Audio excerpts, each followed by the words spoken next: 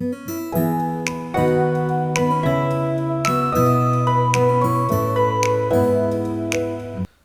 ఈ యొక్క సమయంలో నూతనముగా మనము యోనా గ్రంథాన్ని ధ్యానిస్తూ ఉన్నాం. మరి యోనా గ్రంథము ఒక ఆమోసు,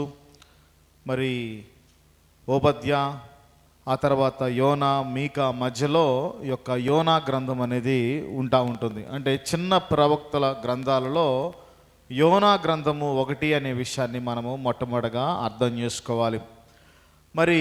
ఈరోజు నేను చెప్పేటువంటి ప్రసంగం ఏంటి అంటే, ఈ పుస్తకం యొక్క అవుట్లైన్ నేను చెప్తా ఉన్నాను. అంటే ఈ పుస్తకం యోనా గ్రంథము ఎందుకు రాయబడింది, యోనా గ్రంథంలో ఉన్నటువంటి విశేషాలు ఏంటి అనేటువంటిది, ఇవన్నీ కూడా ఈరోజు నేను మీ ముందుకు తీసుకొస్తా ఉన్నాను. మొట్టమొదటిగా యోనా అనేటువంటి పేరుకు అర్థం ఏంటంటే పావురము, లేకపోతే గువ్వ, లేకపోతే శాంతి దూత. అంటే యోనా అనేటువంటి పదానికి అర్థం ఏంటంటే అమాయకమైనటువంటి వ్యక్తి అనేటువంటి అర్థము యోనాకి వస్తూ ఉంటుంది. కాబట్టి యోనా అంటే పావురం యొక్క స్వభావం కలిగినటువంటి వాడు. ఒక వ్యక్తితో పోల్చినప్పుడు పావురం వంటి స్వభావం కలిగినటువంటి వాడు అనే విషయాన్ని మనం అర్థం చేసుకో. కాబట్టి యోనా అనగా పావురము అనేటువంటి అటువంటి స్వభావము అనేటువంటి విషయాన్ని మనము మొట్టమొదటిగా అర్థం చేసుకోవాలి. యోనా ఎవరి కుమారుడు అనేటువంటి ప్రశ్న మనం వేసుకున్నప్పుడు అక్కడ రాయబడతా ఉంది. మొదటి వచనంలో అమిత్తై కుమారుడైన యోనాకు. కాబట్టి యోనా యొక్క తండ్రి ఎవరు అంటే అమిత్తయి అనేటువంటి విషయాన్ని మనం అర్థం చేసుకోవాలి.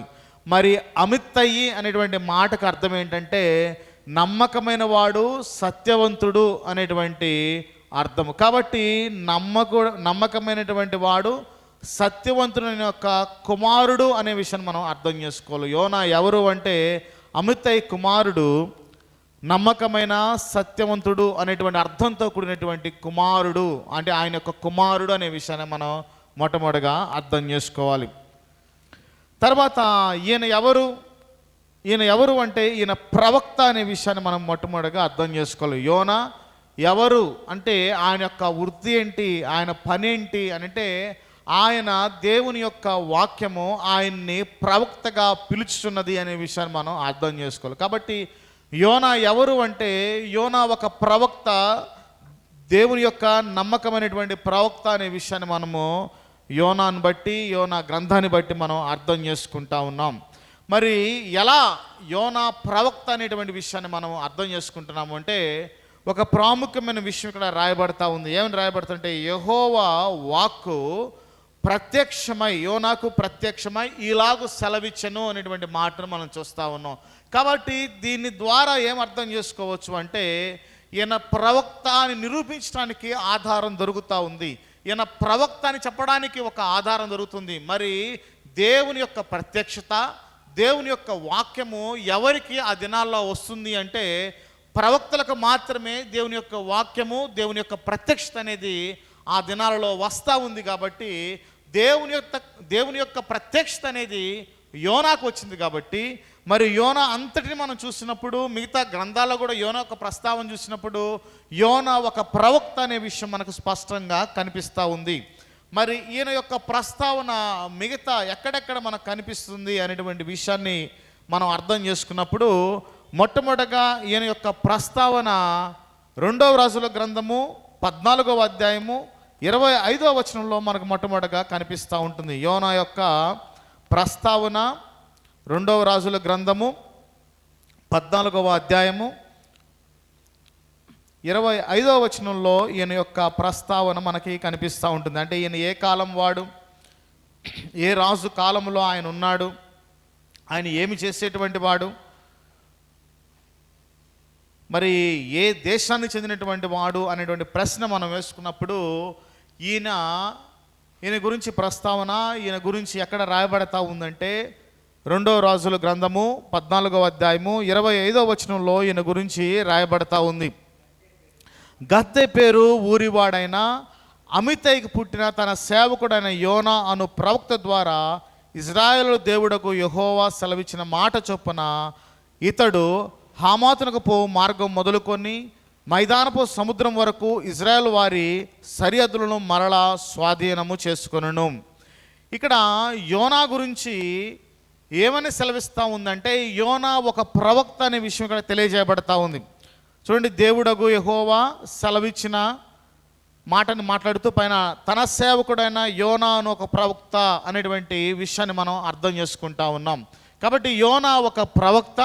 యోనా ఏ ప్రాంతానికి చెందినటువంటి వారంటే గత్తె పేరు అనేటువంటి ఊరుకు చెందినటువంటి వాడు అనే విషయాన్ని మనం అర్థం చేసుకోవాలి. మరి ఏ రాజు కాలంలో యోనా ఉన్నాడు అనేటువంటి ప్రశ్న మనం వేసుకున్నప్పుడు యోనా గ్రంథాన్ని బాగా అర్థం చేసుకోవాలంటే ఆమోస్ గ్రంథాన్ని మొట్టమొదటిగా మనం చదవాలి. మరి ఆమోస్ గ్రంథాన్ని చదివినప్పుడు యోనా గ్రంథాన్ని ఈజీగా మనం అర్థం చేసుకోవచ్చు. ఈయన 2వ యెరోబాము అనేటువంటి రాజు కాలంలో ఈయన ఉన్నట్లుగా మనం అర్థము చేసుకోవచ్చు. మరి ఈ యొక్క యోనా ప్రవక్త 2వ యెరోబాము ఆ యొక్క కాలములో మనం ఉన్నట్లుగా మనం గమనించవచ్చు. ఎందుకంటే ఆమోసు మరి యోనా ఇద్దరు కూడా ఒకే కాలములో ప్రవచించినటువంటి ప్రవక్తలుగా ఉన్నారు. మరి ఆమోసేమో యోధా రాజ్యానికి చెందినటువంటి వాడు.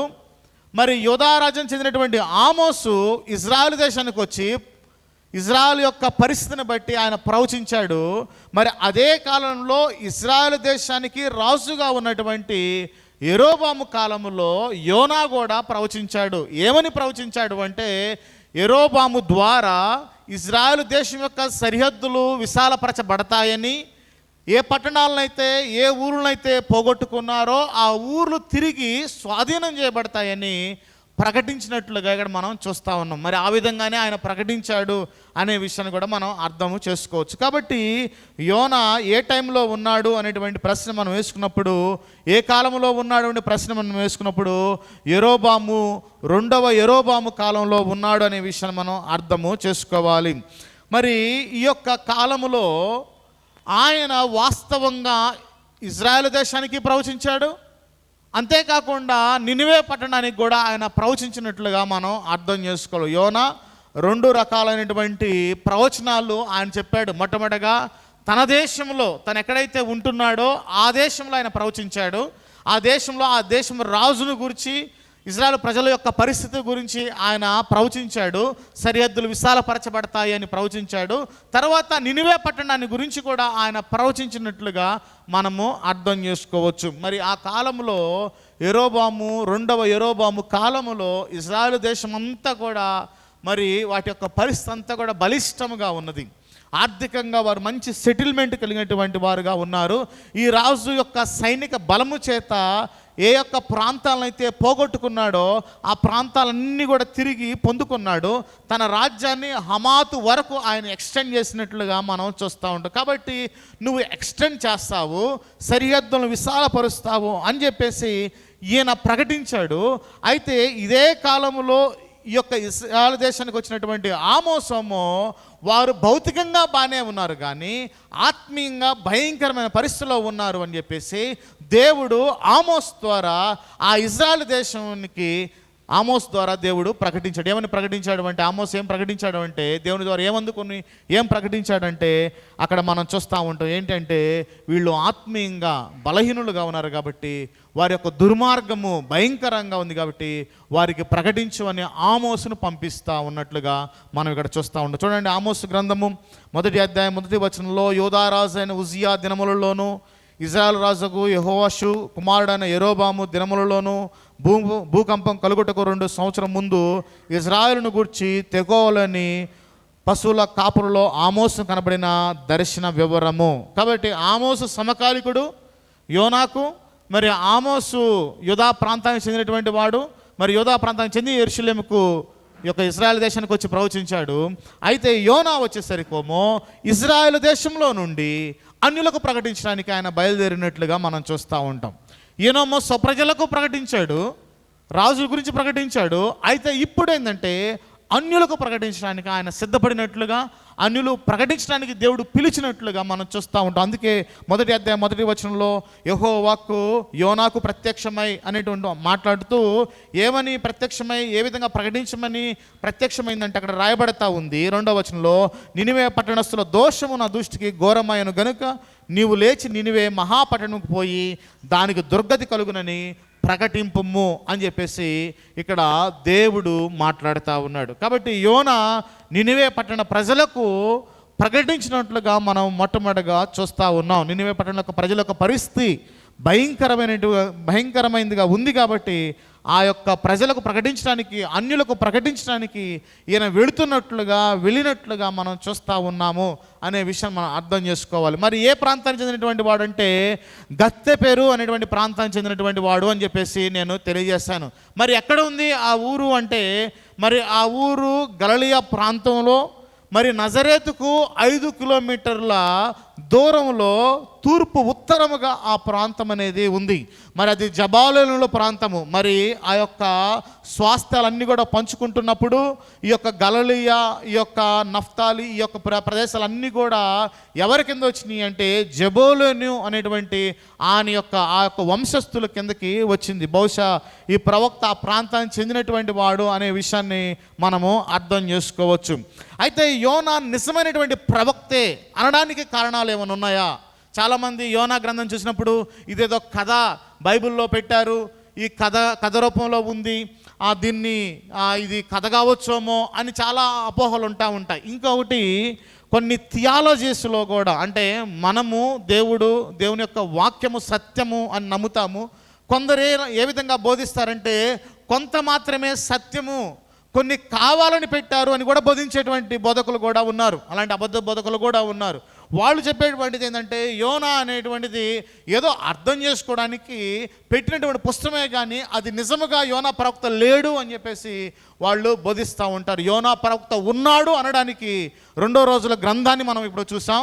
మరి యోనా ప్రవక్త ఉన్నాడు, ఆయన జీవించాడు అనడానికి సాక్షాత్తు యేసు ప్రభు యొక్క సాక్ష్యాన్ని మనం ఇప్పుడు విందాం. చూడండి, మత్తయి సువార్తలోను యోనా యొక్క ప్రస్తావన మనకు కనిపిస్తూ ఉంటుంది. మత్తయి సువార్త 12వ అధ్యాయము 38వ వచనంలో కూడా యోనా యొక్క ప్రస్తావన, యోనా గురించి ప్రభు అయిన యేసుక్రీస్తు సాక్ష్యంగా తన నోట నుండే ఆయన మాట్లాడినట్లుగా మనకు కనిపిస్తూ ఉంటుంది. మత్తయి సువార్త 12వ అధ్యాయము 38వ వచనాన్ని మనం ఒకసారి పరిశీలన చేస్తే, అప్పుడు శాస్త్రులలోనూ పరిశీలనలతోనూ కొందరు, బోధకుడా, నీ వలన ఒక సూచక్రియ కోరుచున్నామని ఆయనతో చెప్పగా ఆయన ఇట్లనెను, వ్యభిచారులైన చెడ్డతరము వారు సూచక్రియను అడుగుచున్నారు. ప్రవక్త అయిన యోనాను గూర్చిన సూచన క్రియే కానీ మరి ఏ సూచక్రియను వారికి అనుగ్రహింపబడదు. యోనా 3 రాత్రింపగళ్ళు తిమింగళము కడుపులో ఎలాగుండినో అలాగూ మనుష్య కుమారుడు 3 రాత్రింపగలు భూగర్భంలో ఉండును. నినివే వారు యోనా ప్రకటన విని మారు మనసు పొందిరు గనుక విమర్శ సమయమున నినివే వారు ఈ తరము వారితో నిలవబడి వారి మీద నేరస్థాపన చేతురు. ఇదిగో యోనా కంటే గొప్పవాడు ఇక్కడ ఉన్నాడు. అంటే సాక్షాత్తు ప్రభువుని యేసుక్రీస్తు వారే యోనా గ్రంథాన్ని ఇక్కడ ప్రస్తావిస్తూ ఉన్నాడు. నినివే పట్టణస్థుల యొక్క ప్రజల యొక్క పరిస్థితిని మరి ప్రభువుని యేసుక్రీస్తు ఒక ఉదాహరణగా చెప్తా ఉన్నాడు. సూచక్రియలు అడుగుతున్నప్పుడు యోనా గురించి, యోనా యొక్క సూచక్రియ మాత్రమే మీకు అప్పగింపబడింది అన్న రీతిలో మాట్లాడు. యోనా ఏ విధంగా అయితే తిమింగళము గర్భంలో 3 దినాలు ఉన్నాడో నేను కూడా ఆ విధంగానే ఉంటాను అని మాట్లాడుతూ యోనా ప్రకటించినప్పుడు వారు మారు మనసు పొందారు.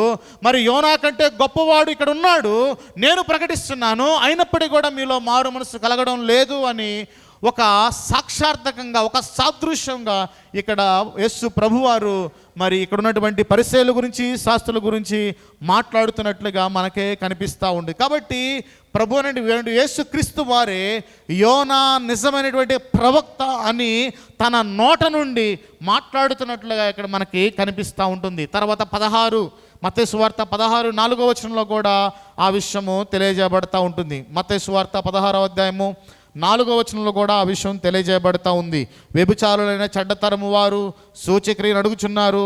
అయితే యోనాను గూర్చిన సూచక్రియే కానీ మరి ఏ సూచక్రియను వారికి అనుగ్రహింపబడదని వారితో చెప్పి వారిని విడిచి వెళ్ళిపోయినను. యోనాను గురించిన సూచక్రియే కానీ మరి ఏ సూచక్రియను వారికి అనుగ్రహింపబడదు. కాబట్టి యోనా యొక్క ప్రస్తావన ఇక్కడ కూడా మనకు కనిపిస్తూ ఉంది అనే విషయాన్ని మనం అర్థం చేసుకోవాలి. ఇదే విషయాన్ని లూకా కూడా ప్రస్తావిస్తూ ఉంటాడు.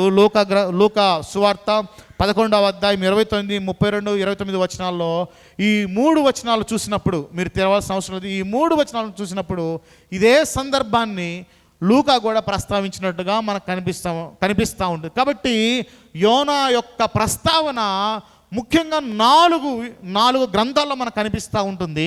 మొట్టమొదటిగా 2వ రాజుల గ్రంథంలో కనిపిస్తూ ఉంది. యోనా యొక్క ప్రస్తావన యోనా గ్రంథంలో కనిపిస్తూ ఉంది. యోనా యొక్క ప్రస్తావన మత్తయి సువార్తలో కనిపిస్తూ ఉంది. యోనా యొక్క ప్రస్తావన లూకా సువార్తలో కనిపిస్తూ ఉంది అనే విషయాన్ని మనం అర్థం చేసుకో. కాబట్టి పాత నిబంధనలోనూ కొత్త నిబంధనలోనూ యోనా యొక్క ప్రస్తావన ఉంది. కాబట్టి యోనా అనేటువంటి వ్యక్తి జీవించాడు అనడానికి గొప్ప సాక్ష్యం మనకి ఇక్కడ కనిపిస్తుంది అనే విషయాన్ని మనం అర్థం చేసుకోవాలి. యోనా అనేటువంటి గ్రంథము ఒక కట్టుకథ కాదు, ఏదో కావాలని వాళ్ళ యొక్క కల్పిత గాథలోంచి ఒక గాథ తీసుకొని బైబిల్లో పెట్టారు అనడానికి ఎక్కడ కూడా మనము దాన్ని నమ్మాల్సిన అవసరం లేదు అనే విషయాన్ని నేను తెలియజేస్తాను. కాబట్టి యోనా అనేటువంటి ప్రవక్త ఉన్నాడు, సాక్షార్థకంగా ఆయన గురించి రాయబడింది. ప్రభువైన యేసుక్రీస్తు వారే ఆయన గురించి సాక్ష్యం ఇస్తా ఉన్నాడు. యెరోబాము కాలంలో ఆయన జీవించాడు. మరి ఆమోస్కి సమకాలికుడుగా ఆయన ఉన్నాడు అనే విషయాన్ని నేను తెలియజేస్తున్నాను అనే విషయాన్ని మనం అర్థం చేసుకుందాం, తెలియజేస్తూ ఉన్నాను. అయితే మరొక విషయాలను యోనా గ్రంథం గురించి మనం మాట్లాడుతున్నప్పుడు, యోనా గ్రంథంలో కొన్ని ప్రదేశాల గురించి మనం మాట్లాడుతూ ఉన్నప్పుడు కొన్ని ప్రదేశాలు వాటి యొక్క ప్రాముఖ్యతను గురించి, వాటి యొక్క ప్రస్తావన గురించి కూడా మనము అర్థము చేసుకోవచ్చు. అంటే జియోగ్రాఫికల్ ఎవిడెన్స్ గురించి కూడా మనము అర్థం చేసుకోవచ్చు. యోనా గ్రంథాన్ని అర్థం చేసుకోవడానికి కొన్ని ప్రదేశాలు ముఖ్యంగా మనకు కావాలి. మరి చక్కగా అర్థం చేసుకోవడానికి, చక్కగా దాని గురించి ఇంకా లోతుగా తెలుసుకోవడానికి కొన్ని ప్రదేశాలు, కొన్ని ప్రాంతాలు ఇక్కడ మనకు కనిపిస్తూ ఉన్నాయి. మొట్టమొదటి కనిపించేటువంటి పట్టణం ఏంటంటే నినివే పట్టణం అనేటువంటిది కనిపిస్తూ ఉంటుంది. తర్వాత యోనా యొక్క సొంత ఊరు ఆల్రెడీ మనం చూసాం. తర్వాత యోనా ఓడరేవులోకి వెళ్తాడు, ఓడరేవు దగ్గరికి వెళ్తాడు. అనే ఊరు కనిపిస్తూ ఉంటుంది. మరి ఆయన దేవుడు మాట వినకుండా ఎక్కడికి వెళ్ళాలని ఆయన ప్రయత్నం చేస్తాడంటే తర్షీష్కు వెళ్ళాలని ప్రయత్నం చేస్తూ ఉంటాడు. మరి తర్షీష్ అనేటువంటి ఆ ఊరు కూడా మనకి కనిపిస్తూ ఉంటుంది. తర్వాత మరొకటి ఏంటంటే మరి తిమింగళం అనగలిగితే మత్స్యము ఆయన్ని ఒక నేల మీద కక్కివేసినట్టుగా కూడా కనిపిస్తుంది. మరి అది ఏ ప్రాంతం మనకు తెలియదు, కానీ ఒక ప్రాంతంగా అది పిలువబడుతుంది అనే విషయాన్ని కూడా మనము అర్థం చేసుకోవచ్చు. చూడండి 2వ వచనాన్ని చూస్తే మనము ఈ యొక్క ప్రాంతాల గురించి, వాటి యొక్క ప్రస్తావన గురించి మనము అర్థం చేసుకోవచ్చు. నినివే పట్టణస్థుల దోషము అంటే మొట్టమొదటిగా నినివే పట్టణం అనేది ఒకటి ఉంది. నినివే మహాపట్టణం అనేటువంటి ఒకటి ఉంది అనే విషయం మనం అర్థం చేసుకోవాలి. నినివే ఒక సాధారణమైన పట్టణం కాదు, అది మహాపట్టణము అనే విషయాన్ని మనం అర్థం చేసుకోవాలి. నినివే పట్టణం యొక్క ప్రస్తావన మనకు ఎక్కడ కనిపిస్తుందంటే ఆదికాండంలోనే కనిపిస్తుంది. నినివే పట్టణం యొక్క ప్రస్తావన మనకు ఎక్కడ కనిపిస్తుందంటే ఆదికాండంలోనే కనిపిస్తుంది. చూడండి, ఆదికాండము 10వ అధ్యాయము 8 నుంచి 11 వచనాలు చూస్తే నినివే యొక్క ప్రస్తావన మనకు అక్కడ కనిపిస్తూ ఉంటుంది. నేను స్పీడ్గా వెళుతూ ఉంటాను, మీరు నాతో పాటు ప్రయాణం చేయాలి. నాతో పాటు స్పీడ్గా మీరు ప్రయాణం చేయకుండా బైబిల్ని చూడకుండా ఉన్నట్లయితే మీకు ఏమీ అర్థం కాదు. చూడండి, ఆదికాండము 10వ అధ్యాయము 8 నుంచి 11 వచనాలు చూస్తే నినివే పట్టణం అనేది ఒకటి ఉంది. అది ఆదికాండం నుంచే ప్రారంభమవుతుంది అనే విషయాన్ని మనం అర్థం చేసుకోవాలి. కూషు నిమ్రోదును కనెను, అతడు భూమి మీద పరాక్రమశాలి అయి ఉండుటకు ఆరంభించెను. అతడు యెహోవా ఎదుట పరాక్రమ గల వేటగాడు కాబట్టి యెహోవా ఎదుట పరాక్రమ గల వేటగాడైన నిమ్రోదు వలె అను లోకోక్తి కలదు. షినారు దేశంలోని బాబెలు ఎరకు అక్కదు కల్గే అను పట్టణములు అతని రాజ్యమునకు మొదలు. ఆ దేశంలో నుండి అశ్షూరునకు బయలుదేరి వెళ్ళి నినివే, రహాబోతీతురును, కాలాహును, నినివెనకు కలహతుకును మధ్యనున్న రెస్సును కట్టించను. ఇదే ఆ మహాపట్టణము. ఇక్కడ గమనిస్తే ఇది ఏ ప్రాంతంలో ఉంది అంటే అశ్షూరు అనేటువంటి ప్రాంతంలో ఉంది అనేటువంటి విషయాన్ని మనం అర్థం చేసుకోవాలి. నినివే పట్టణము ఏ ప్రాంతంలో ఉంది అంటే అశ్షూరు లేకపోతే అశ్షూరీయుల ప్రాంతము అనే విషయాన్ని అర్థం చేసుకో. కాబట్టి నినివే పట్టణము చారిత్రాత్మకంగాను రాజుల గ్రంథాలను మనం పరిశీలన చేసినప్పుడు కూడా నినివే పట్టణం అనేది దేనికి రాజధానిగా ఉండేది అంటే అశ్షూరు సామ్రాజ్యానికి రాజధానిగా ఉండేది అనే విషయాన్ని మనం అర్థం చేసుకోవాలి. కాబట్టి నినివే పట్టణ ప్రజలు ఎవరు అంటే అష్యూరీయులు అంటే నిజదేవుడు ఎవరో తెలియనటువంటి ఒక అన్య జాతి అనే విషయాన్ని మనం అర్థం చేసుకోవాలి. తర్వాత అష్యూరీయులు ఎవరు అనేటువంటి ప్రశ్న వేసుకున్నప్పుడు మరి బబులోనీయులు అష్యూరీయులు అనేటువంటి 2 రాజ్యాలు ఉన్నాయి. మరి ఆ కాలంలో 2 రాజ్యాలు కూడా బలమైన రాజ్యాలుగా ఉన్నాయి. ఈ బలమైన రాజ్యాల్లో అష్షూరులు ఏం చేశారంటే ఉత్తర రాజ్యంగా పిలువబడేటువంటి ఆ యొక్క ఇజ్రాయెల్ రాజ్యాన్ని చెరలోకి తీసుకువెళ్ళారు. బబులోనులోనేమో దక్షిణ రాజ్యంగా పిలువబడేటువంటి యోధాను చెరలోకి తీసుకెళ్ళినట్లుగా మనకి కనిపిస్తూ ఉంటుంది. కాబట్టి అష్షూరులు అనేటువంటి వారు బహు క్రూరులు, భయంకరమైనటువంటి వారు. మరి వారు మిగతా రాజ్యాలను ఓడిస్తూ మరి మిగతా రాజ్యాల్లో ఉన్నటువంటి వారిని భయంకరంగా హింసించేటువంటి వారుగా ఉన్నారు. ముఖ్యంగా ఈ యొక్క ఇశ్రాయేల్ దేశాన్ని కూడా ఆక్యుపై చేసుకోవాలని, దాన్ని స్వాధీనపరచుకోవాలని ప్రయత్నం చేస్తూ ఉంటారు. మరి ఇశ్రాయేల్ ప్రజలకు వీరంటే భయంకరమైనటువంటి కోపము, వీరిని శత్రువులుగా భావించేటువంటి వారు అష్షూరులు అంటేనే వీరికి పడనటువంటి ఒక స్వభావాన్ని ఇశ్రాయేల్ ప్రజలు సహజంగా కలిగి ఉన్నారు అనే విషయాన్ని మనం అర్థం చేసుకోవాలి. కాబట్టి నినివే పట్టణానికి వెళ్ళడానికి ఆయన ఎందుకు మనసు రాలేదు అంటే ఇదే కారణం అనే విషయాన్ని మనం అర్థము చేసుకోవాలి. కాబట్టి ఈ నినివే పట్టణం అనేది అష్షూరుల యొక్క క్యాపిటల్ సిటీగా ఉంది అనే విషయాన్ని మనం అర్థం చేసుకోవచ్చు. మరి ఇది ఎక్కడ ఉంది? ఇప్పుడు నినివే పట్టణం ఉంది అంటే మరి పురావస్తు శాస్త్ర ఆధారాలతోటి నినివే పట్టణాన్ని కనుగొన్నారు. మరి నినివే పట్టణం ఎక్కడ ఉందంటే ఇరాక్ దేశంలో బాగ్దాదు నుంచి 400 కిలోమీటర్ల దూరంలో మరి ఈ యొక్క నినివే పట్టణం అనేది ఉంది. ఆ నినివే పట్టణం మీద మొసూల్ అనేటువంటి ఒక సిటీ ఇప్పుడు నిర్మితమైంది అనే విషయాన్ని మనం అర్థము చేసుకోవచ్చు. చూడండి, సద్దాం హుస్సేన్ పేరు విన్నారా? సద్దాం హుస్సేన్ ఏ దేశానికి చెందినటువంటి వారు అంటే ఇరాక్ దేశానికి చెందినటువంటి వారు. మరి ఇరాక్ రాజధాని బాగ్దాదు నుంచి 400 కిలోమీటర్లు మీరు వెళితే మరి అక్కడ ఉన్నటువంటి ఈ యొక్క సిటీయే మరి పూర్వకాలంలో పిలువబడినటువంటి నినివే అనేటువంటి విషయాన్ని మనం అర్థం చేసుకోవచ్చు. అయితే ఇక్కడ నినివే పట్టణానికి వెళ్ళాలి అంటే ఇజ్రాయెల్ దేశానికి నినివే పట్టణం అనేది పడమరగా ఉంటుంది. తూర్పు ఇప్పుడు మనకి ఇటువైపు కదా, మరి ఇజ్రాయెల్ దేశానికి పడమరగా అంటే ఇటువైపు ఉంటుంది. అంటే ఇటువైపు ఉన్నప్పుడు మరి ఇశ్రాయేలు దేశం నుంచి నినివే పట్టణానికి వెళ్ళాలి అంటే సముద్రం కూడా వెళ్ళడానికి అవకాశమే లేదు. ఎందుకంటే పడమరగా సముద్రం అనేది లేదు, మధ్యధరా సముద్రం అనేది తూర్పు వైపు ఉన్నది. కాబట్టి యోనా పడమర వైపు భూమి మీద నడుచుకుంటా వెళ్ళాలి, భూమి మీద వాహనాలను ఉపయోగించుకొని వెళ్ళాలి. భూమి మీద గుర్రం మీదనో గాడిద మీదనో ఇంకొక దాని మీద కాలినడకనో ప్రయాణం చేయాల్సి ఉంది. యోనా వాస్తవంగా ఆయన తర్షీషుకు వెళతా ఉన్నాడు. అంటే పడమర వైపు ప్రయాణం చేయాల్సినటువంటి యోనా భూమి మీద ప్రయాణం చేయాల్సినటువంటి యోనా సముద్రం మీద ప్రయాణం చేయడానికి సిద్ధపడినట్లుగా ఉంది. నా చిన్నప్పుడు ఒక కథ చెప్పేటువంటి వారు యోనా గురించి చెప్పేటప్పుడు ఎలా చెప్పేవాళ్ళు అంటే ఆ తర్షీషు నుంచి యోనాన్ని తీసుకొచ్చి నినివే పట్టణం ఒడ్డునేస్తే నినివే పట్టణం దగ్గర లేచి ఆయన నినివే పట్టణానికి వెళ్ళి స్వార్థ ప్రకటించాడని చెప్పేటువంటి వారు. అది వాస్తవం కాదు. నినివే పట్టణం దగ్గర సముద్రం ఏమీ లేదు, అది భూభాగాన్ని కలిగినటువంటిది, దాని చుట్టూ కూడా సముద్రం ఏమీ కూడా లేదు. కాబట్టి ఇజ్రాయెల్ దేశంలో ఉన్నటువంటి వారు నినివే పట్టణానికి వెళ్ళాలి అంటే కాలినడకన నడుచుకుంటూ వెళ్ళాల్సిందే, సముద్ర ప్రయాణం అనేది లేదు అనే విషయాన్ని ప్రథమంగా మనం తెలుసుకోవాలి.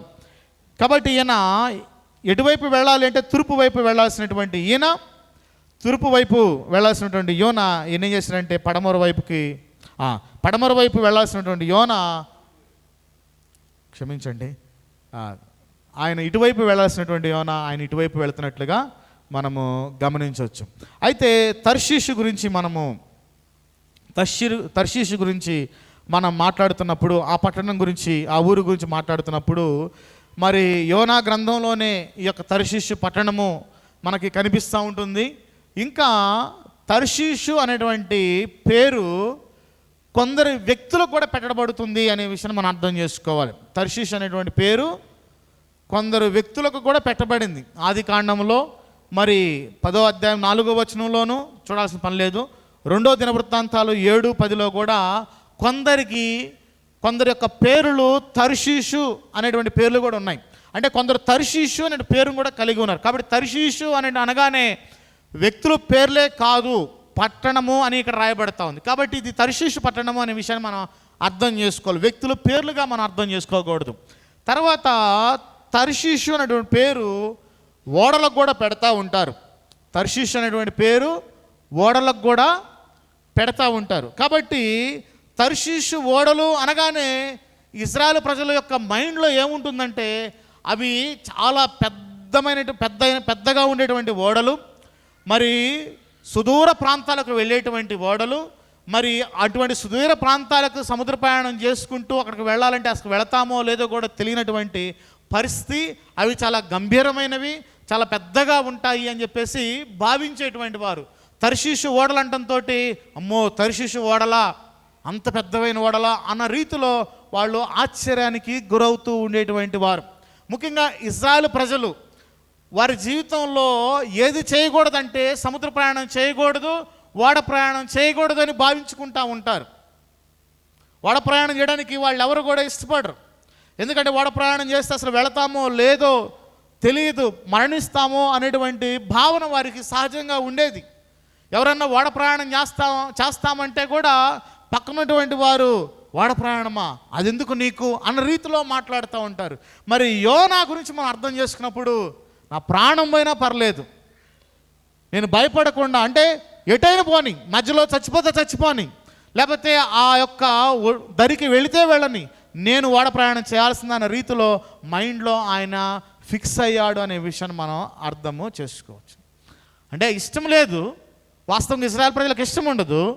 మరి ఇష్టం లేనిది కూడా ఇష్టపడి చేయడానికి ఆయన పురికొల్పబడ్డాడు అనే విషయాన్ని మనం అర్థము చేసుకోవచ్చు. మరి యెప్పే అనేటువంటిది మరి ఇజ్రాయెల్ దేశంలో మధ్యధరా సముద్రం ఉంది. ఇజ్రాయెల్ దేశానికి మధ్యధరా సముద్రం ఉంటుంది. అంటే మనం ఇక్కడ నుంచి చూస్తే తూర్పు వైపు, అంటే ఇక్కడ నుంచి మనం గమనిస్తే తూర్పు వైపు మధ్యధరా సముద్రం మనకు కనిపిస్తూ ఉంటుంది. అంటే ఇజ్రాయెల్ దేశంలో ఉన్నప్పుడు గాజా స్ట్రిప్ అనే ఒకటి ఉంటుంది. ఈ మధ్యకాలంలో మీరు గాజా ఇజ్రాయెల్ అనే దేశాన్ని చూస్తూ ఉన్నారు కదా. అంటే మనం చూసినప్పుడు నా యొక్క పుల్పిట్ నుంచి నేను చూసినప్పుడు నాకు తూర్పు వైపు అన్న రీతిలో నేను మాట్లాడుతూ ఉన్నాను. కాబట్టి మధ్యధరా సముద్రం వైపు ఉంటుంది. వారు ప్రయాణం చేయాలంటే ఈ వైపుకి వచ్చి వారు మధ్యధరా సముద్రం గుండా వాళ్ళు ప్రయాణం చేయాలి. మధ్యధరా సముద్రం అట్లాంటిక్ సముద్రంలో కలిసి అక్కడ నుంచి స్పెయిన్కి వెళుతుంది. కాబట్టి ఈయన యొక్క ప్రయాణము ఏ వైపు సాగుతూ ఉందంటే స్పెయిన్ వైపు సాగుతూ ఉంది అనే విషయాన్ని మనం అర్థం చేసుకోవాలి. యోనా యొక్క ప్రయాణము యూరప్ వైపుకి సాగుతూ ఉంది అనే విషయాన్ని మనం అర్థం చేసుకోవాలి. అంటే మిగతా భూభాగం అంతా కూడా ఇజ్రాయెల్ దేశాన్ని గమనించినప్పుడు మిగతా భూభాగం అంతా కూడా భూమి ఉంటుంది, ఒకవైపు సముద్రం ఉంటుంది, మధ్యధరా సముద్రం ఉంటుంది. మరి అక్కడ ఓడ ఎక్కితే ఏ వైపు వెళతారు అంటే ఏ వైపు వెళ్ళరు, డైరెక్ట్గా యూరప్లో ఉన్నటువంటి స్పెయిన్కే వెళతారు. అవతల ఒడ్డు స్పెయిన్ అనేటువంటి విషయాన్ని మనం అర్థము చేసుకోవచ్చు. కాబట్టి 800 మీటర్లు 800 కిలోమీటర్లు ఆయన వెళ్తున్నాడో కూడా అవగాహన లేకుండా ఆ ఒడ్డుకి వెళ్తే చాలు, అది ఏదో ఒక ఒడ్డు దగ్గరగా ఆ పడవ ఆగిద్ది, లేకపోతే వీళ్ళు ఎక్కడికొక వెళతారు, అక్కడికి వెళితే వెళ్ళిపోతాన్న రీతిలో డిసైడ్ అయిపోయి వెళుతున్నట్లుగా ఇక్కడ మనకి కనిపిస్తూ ఉంటుంది. కాబట్టి ఇప్పుడు కొన్ని ప్రాంతాలు మనం చూసాం, యెప్పేని చూసాం, తర్షీషుని చూసాం, నినివేని చూసాం. తర్వాత ఆయన్ని యెప్పే దగ్గర ఆయన ఎక్కాడు ఓడ, మరి తర్షీషు వైపు ప్రయాణం చేస్తూ ఉన్నాడు. తర్షీషు వైపు ప్రయాణం చేస్తున్నప్పుడు మార్గ మధ్యంలో ఆ సముద్రం మీద గొప్ప తుఫాను చెలరేగింది. గొప్ప తుఫాను చెలరేగినప్పుడు ఆయన సముద్రంలో పడేయడం జరిగింది. ఆయన్ని ఒక మత్స్యము మృంగటం జరిగింది, తిమింగళం మృంగటం జరిగింది. ఆ యొక్క తిమింగళం గర్భంలో 3 దినాలు ఆయన ఉన్నాడు. ఆయన ఉన్న తర్వాత ఆయన్ని మళ్ళీ ఒడ్డుకు తీసుకొచ్చి కక్కివేసింది. ఆ ఒడ్డు ఏ ప్రాంతమో బైబిల్లో రాయబడలేదు. ఆయన తీసుకొచ్చి చూడండి 2వ అధ్యాయం 10వ వచనంలో, అంతలో యెహోవా మత్స్యమునకు ఆజ్ఞేయగా అది యోనాను నేల మీద కక్కివేసను అనేటువంటి మాట ఉంది. కాబట్టి నేల మీద కక్కివేసిన ప్రదేశం ఏంటో తెలియదు. మరి నేల మీద కక్కివేసినప్పుడు మళ్ళీ ఆ ప్రాంతం నుంచి ఇజ్రాయెల్ దేశానికి రావాలి, మళ్ళీ ఇజ్రాయెల్ దేశం నుంచి యెప్పేకి రావాలి, యెప్పే నుంచి మళ్ళీ తర్షీషుకి వెళ్ళాలా? ఇదా? కాదు. ఆయన తర్షీషు వెళ్ళేటువంటి ఓడెక్కాడు కదా, మరి ఆ యెప్పేకి సమీపంగా కానీ లేకపోతే యెప్పేకి కొంచెం దూరంలో కానీ ఆయన కక్కివేసినట్లుగా మనం గమనించుకోవాలి. మళ్ళీ అక్కడి నుంచి కాలినడకన ఆయన ఇజ్రాయెల్ దేశానికి వచ్చాడు. ఇజ్రాయెల్ దేశం నుంచి మళ్ళీ కాలినడకన నినివేకి ఆయన వెళ్ళేటువంటి వాడు అనే విషయాన్ని మనం అర్థం చేసుకోవాలి. కాబట్టి చూడండి, లేకపోతే అక్కడ నుంచైనా అక్కడ ఆయన ఎక్కడైతే కక్కివేసిందో అక్కడ నుంచైనా మళ్ళీ ఓడబట్టుకొని అయినా కానీ మళ్ళీ ఇటువైపు రావాలి, యెరూషలేం ఇజ్రాయెల్ దేశానికి వైపు రావాలి. మళ్ళీ ఇజ్రాయెల్ దేశం నుంచి మళ్ళీ నినివేకి వెళ్ళాలి అంటే వేరొక మార్గం లేదు, పూర్తిగా కాలిబాటే అనే విషయాన్ని మనం అర్థం చేసుకోవాలి. భూభాగంలోనే నడుచుకుంటా వెళ్ళాలి అనే విషయాన్ని మనం అర్థం. కాబట్టి నా యొక్క అవగాహనలో నేను చెప్తుంది ఏంటంటే, ఈయన్ని ఎప్పేకి సమీపంగానే బహుశా కొన్ని అంటే 2-3 ప్రయాణాలంత దూరంలోనే ఆయన్ని కక్కివేసి ఉండొచ్చు అనే విషయాన్ని నేను అర్థము చేసుకుంటా ఉన్నాను. బహుశా మీరు కూడా ఆ రీతిగా అర్థం చేసుకోవాల్సిందిగా కోరుకుంటున్నానని చెప్పేసి తెలియజేస్తూ ఉన్నాను. మరి ఈ స్టోరీ అంతగా ఎక్కడ జరిగింది? ఈ స్టోరీ అంతా కూడా సముద్రం మీద జరిగింది అనే విషయాన్ని మనం అర్థం చేసుకోవాలి. మొదటి 2 అధ్యాయాలంతా కూడా సముద్రం మీదే జరుగుతూ ఉంటుంది. తర్వాత 2 అధ్యాయాలంతా కూడా భూమి మీద జరుగుతున్నట్లుగా మనం అర్థం చేసుకోవాలి. సముద్రం మీద 2 అధ్యాయాలు జరిగాయి, భూమి మీద 2 అధ్యాయాలు జరిగాయి అనే విషయాన్ని మనం అర్థము చేసుకోవాలి. మరి ఇక్కడ ఎవరెవరు వ్యక్తులు దీంట్లో కనిపిస్తారు? ఈ గ్రంథాన్ని చదువుతున్నప్పుడు ఎవరెవరు కనిపిస్తారు అనేటువంటి ప్రశ్న మనం వేసినప్పుడు యోనా కనిపిస్తాడు, తర్వాత నావికులు కనిపిస్తారు, నావికుడు కనిపిస్తాడు, నావికులు కనిపిస్తారు, తర్వాత మత్స్యము చేప కనిపిస్తూ ఉంటుంది, తర్వాత నినివే పట్టణ ప్రజలు కనిపిస్తారు, తర్వాత సొర చెట్టు కనిపిస్తుంది, ఒక పురుగు కనిపిస్తుంది అనే విషయం మనం అర్థం చేసుకోవాలి. అంతేనా? సొర చెట్టు, పురుగు, నినివే పట్టణ ప్రజలు, నినివే రాజు, తర్వాత నాయకుడు, మరి నావికులు, మరి కీటకము పురుగు, కీటకము యోనా, వీళ్ళందరూ కూడా మనం ఈ యొక్క గ్రంథాన్ని చదువుతున్నప్పుడు ఈ పాత్రలు మనకి కనిపిస్తాయి అనే విషయాన్ని మనము అర్థము చేసుకోవచ్చు. మరి ఈ యొక్క గ్రంథాన్ని మనము గుర్తుపెట్టుకోవాలంటే, ఒక కొండ గుర్తుగా ఈ గ్రంథాన్ని గుర్తుపెట్టుకోవాలంటే సింపుల్గా ఏంటంటే, ఈ గ్రంథంలో మొత్తము 4 అధ్యాయాలు ఉన్నాయి. యోనా గ్రంథంలో ఎన్ని అధ్యాయాలు ఉన్నాయి? మొత్తము 4 అధ్యాయాలు ఉన్నాయి. సింపుల్గా అర్థం చేసుకోవాలి అంటే, మొట్టమొదటిగా దేవుడు యోనాను రక్షిస్తాడు. మొదటి 2 అధ్యాయాల్లో యోనాను రక్షిస్తాడు. ఎలా రక్షిస్తాడు? యోనా దేవుని యొక్క మాట వినడు, మరి తర్షీషు పోవడానికి ఓడెక్కుతాడు, మరి దేవుడు శిక్షిస్తాడు, మరి గొప్ప తుఫాను చెలరేగిద్ది, మరి ఆ తుఫానుకు భయపడి ఆ యొక్క ఓడలో ఉన్న సరుకులన్నీ కూడా పారవేస్తారు. అయినప్పటికీ కూడా తుఫాను నిమ్మళమాదు. ఇది దేవుని యొక్క ఉగ్రత అనే విషయం అర్థమైద్ది. ఆ ఉగ్రతకు తగ్గించాలంటే ఏం చేయాలని ఆ విషయాన్ని అర్థం చేసుకుని వాళ్ళు చీటీలు వేస్తారు. చీటి యోనా మీదకి వచ్చింది. యోనాని ఇప్పుడు ఏం చేయాలంటే సముద్రంలో పారవేస్తారు. మరి యోనాని సముద్రంలో పారవేసినప్పుడు దేవుడు అక్కడ ఒక మత్స్యాన్ని ఉంచుతాడు. మరి యోనాని ఆ యొక్క మత్స్యము మృంగివేయడం జరుగుతుంది.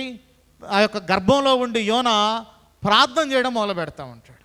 డెలివరెన్స్ కొరకు, అంటే విమోచన కొరకు, ఆయన భౌతికమైన విమోచన కొరకు, ప్రభువా నా ప్రాణాలు నిలుపు, ప్రభువా నన్ను రక్షించు ప్రభువా అని ప్రార్థన చేసినట్లుగా మనకు కనిపిస్తూ ఉంటుంది. అందుకే మనకు 2వ అధ్యాయం అంతా కూడా యోనా ప్రార్థన చేసినట్టుగా మనకు కనిపిస్తూ ఉంటుంది.